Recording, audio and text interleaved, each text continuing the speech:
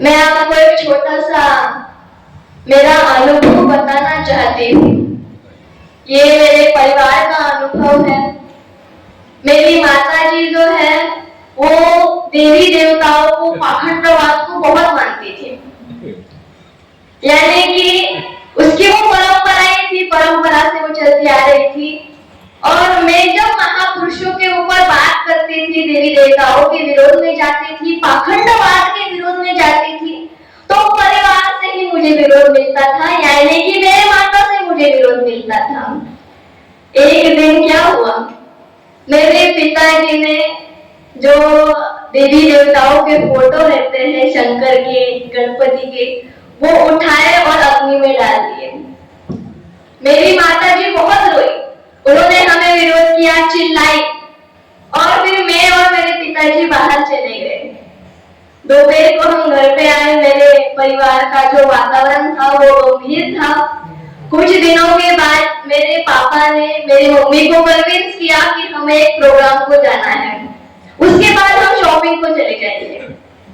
मेरी मम्मा थोड़ी देर के लिए कन्विंस नहीं हुई। बाद में मैंने प्रयास किया, मेरे पिताजी ने प्रयास किया, फिर वो कन्विंस हुई और मेरे पिताजी ने मेरे मम्मा को हड़पसर के अधिवेशन को लेके गए, जो डीआर सर का अधिवेशन था। मेरे पिताजी ने मेरे मम्मी को वचन दिया कि हम सिर्फ अटेंडेंस लगाएंगे, हाजिरी लगाएंगे, बाद में फिर शॉपिंग को चले जाएंगे। पर जब मेरे माता जी ने डीआर सर का वो अधिवेशन सुना, तो मेरे पिताजी को बोली शॉपिंग को नहीं जाना, यही रुकना है पूरा अधिवेशन खत्म होने तक। क्या हुआ? और तब से, उस दिन से आज तक मेरी मम्मा मुझे सपोर्ट करती है। और सच बताओ तो डीआर सर की बहुत बड़ी फैन है।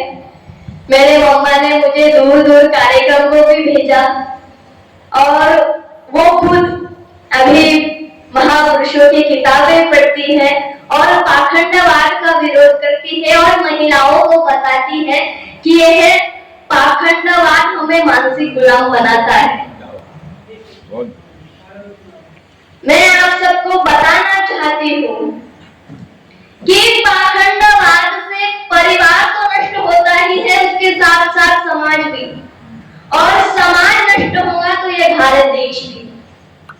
महापुरुषों का सपना था कि हम व्यवस्था परिवर्तन करें, महापुरुषों की विचारधाराओं पर चले और महापुरुषों का अधूरा काम पूरा करें, और आज हमें वही करना है। हमें संकल्प लेना है कि हम महापुरुषों के विचारों पर चलकर भारत को पुनः व्यवस्था परिवर्तन कर डॉक्टर बाबा साहब अम्बेडकर को, तथागत गौतम बुद्ध को, छत्रपति शिवाजी महाराज को भारत जैसा अपेक्षित था वैसा भारत हम निर्माण करेंगे।